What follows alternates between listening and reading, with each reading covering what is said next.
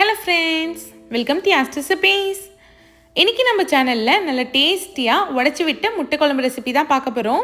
இந்த குழம்பு பார்த்திங்கன்னா சப்பாத்தி சாதத்துக்கெலாம் ரொம்ப சூப்பராக இருக்கும். வாங்க எப்படி சேர்த்துன்னு பார்க்கலாம். கடாயில் கொஞ்சம் தாராளமாக எண்ணெய் சேர்த்துக்கோங்க. இது கூடவே 3 துண்டு பட்டை, 4 கிராம்பு, 4 ஏலக்காய், கொஞ்சமாக கல்பாசி சேர்த்துக்கலாம். ஒரு கொத்து போல் கருவேப்பிலை சேர்த்துக்கோங்க.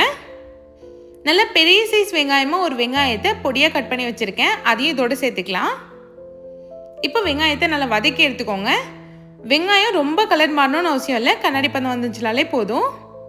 இந்த அளவுக்கு வதங்கி வந்ததும் இதில் 1 டேபிள் ஸ்பூன் அளவுக்கு இஞ்சி பூண்டு பேஸ்ட் சேர்த்துக்கலாம். நான் இன்றைக்கி இஞ்சி பூண்டை தட்டிட்டு சேர்த்துருக்கேன், ஏன்னா நல்லா வாசனையாக இருக்குன்றதுனால. நீங்கள் பேஸ்ட்டாக சேர்த்திங்கனாலுமே ரொம்ப நல்லாயிருக்கும். இப்போ இந்த பச்சை ஸ்மெல் போகிற அளவுக்கு நல்லா வதக்கி எடுத்துக்கோங்க. இப்போ நல்லா வதங்கி வந்துருச்சு. இது கூடவே 2 மீடியம் சைஸ் தக்காளி சேர்த்துக்கலாம். நல்லா பழுத்த தக்காளியாக சேர்த்திங்கன்னா குழம்பு நல்லா கலர்ஃபுல்லாகவும் இருக்கும், டேஸ்ட்டாகவும் இருக்கும். தக்காளி நல்லா குழஞ்சி வரணும். வெங்காயம் தக்காளி எந்த அளவுக்கு வதங்குதோ அந்த அளவுக்கு குழம்போட டேஸ்ட் வந்து நல்லாயிருக்கும். அதனால் நல்லா வதக்கி எடுத்துக்கோங்க. இப்போ மசாலா பொருள்லாம் சேர்த்துக்கலாம். 1/2 டேபிள் ஸ்பூன் அளவுக்கு மஞ்சத்தூள், கலருக்காக 1 டேபிள் ஸ்பூன் அளவுக்கு நான் காஷ்மீரி சில்லி பவுடர் சேர்த்துருக்கேன். 3 டேபிள் ஸ்பூன் அளவுக்கு வீட்டில் அரைச்ச குழம்பு மிளகா அப்படி சேர்த்துக்கலாம். உங்ககிட்ட குழம்பு தூள் இல்லைன்னா நீங்கள் மல்லித்தூளும் சேர்த்துக்கலாம். 1/2 டேபிள் ஸ்பூன் அளவுக்கு கரம் மசாலா சேர்த்துக்கோங்க. தேவையான அளவுக்கு உப்பு சேர்த்துக்கலாம். நான் 1 டேபிள் ஸ்பூன் உப்பு சேர்த்துருக்கேன். இப்போ இந்த மசாலாவை லைட்டாக ஒரு நிமிஷம் போல் எண்ணெயிலே வதக்கி விட்டுருங்க. இப்போ நல்லா வதக்கியாச்சு. இதில் நம்ம தேங்காய் பேஸ்ட் சேர்க்க போகிறோம். 1/2 மூடி துருவின தேங்காய் கூட 1/2 டேபிள் ஸ்பூன் சோம்பு போட்டு கொஞ்சமாக தண்ணி சேர்த்து அரைச்சி வச்சுருக்கேன், அதை சேர்த்துக்கலாம். இது கூடவே கொஞ்சமாக தண்ணி சேர்த்துக்கோங்க. உங்களுக்கு குழம்பு எந்த அளவுக்கு வேணுமோ அந்த அளவுக்கு நீங்கள் தண்ணி சேர்த்துக்கலாம். இப்போ நல்லா கலந்து விட்டுருங்க.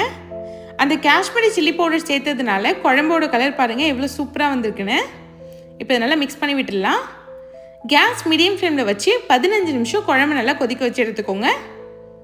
ஓப்பன் பண்ணி பார்த்தீங்கன்னா குழம்பு நல்லாவே கொதிச்சிடுச்சு. இப்போது இதில் நம்ம முட்டையை உடச்சி ஊற்றிக்கலாம். நம்ம முட்டை ஊற்றுறப்போ கேஸ் வந்து லோ ஃப்ளேமில் வச்சுக்கோங்க, இல்லைனா வந்து முட்டை வந்து கரைஞ்சிடும். கொஞ்சம் தள்ளி சேர்த்துக்கோங்க. 1/2 டேபிள் ஸ்பூன் போல் மிளகுத்தூள் சேர்த்துக்கலாம். கொஞ்சம் தாராளமாக கொத்தமல்லி தழை சேர்த்துக்கோங்க. இப்போ கேஸை மீடியம் ஃப்ளேமில் வச்சு ஒரு 5 நிமிஷம் போல் வேக வச்சு எடுத்துக்கலாம். இப்போ ஓப்பன் பண்ணி பார்த்தீங்கன்னா முட்டை ஒரு சைடு நல்லா வெந்திருக்கும். ஒரு ஸ்பூன் வச்சு இந்த மாதிரி திருப்பி போட்டுருங்க. அப்போ தான் முட்டை வந்து 2 சைடுமே நல்லா வெந்து வரும். உங்களுக்கு பார்க்குறப்பவே தெரியும் முட்டை எல்லாமே முழுசாக இருக்குது, எதுவுமே கரைஞ்சி போகலை. இப்போ இது திரும்ப ஒரு 5 நிமிஷம் வேக வச்சு எடுத்துக்கலாம். அவ்வளோதான், நல்லா கமகமன்னு சூப்பரான முட்டை குழம்பு ரெடி ஆயிடுச்சு. குழம்போட அந்த கன்சிஸ்டன்சி பாருங்கள் எவ்வளோ பர்ஃபெக்டாக வந்திருக்குன்னு.